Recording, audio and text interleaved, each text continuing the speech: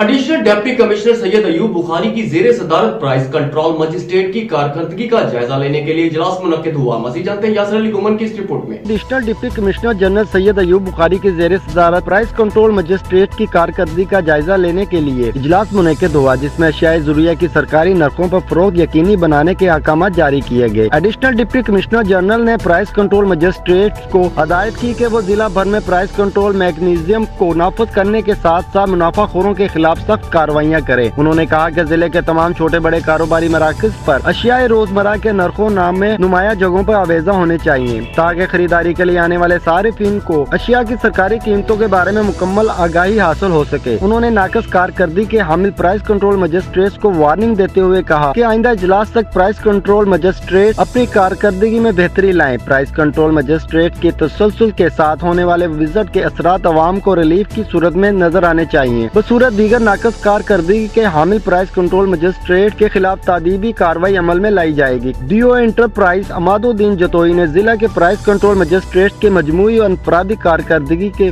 بارے میں تفصیلی بریفنگ دی۔ کیمرہ مین علی صادق کے ساتھ یاسر علی گھومن، راز نیوز، رحیم یار خان۔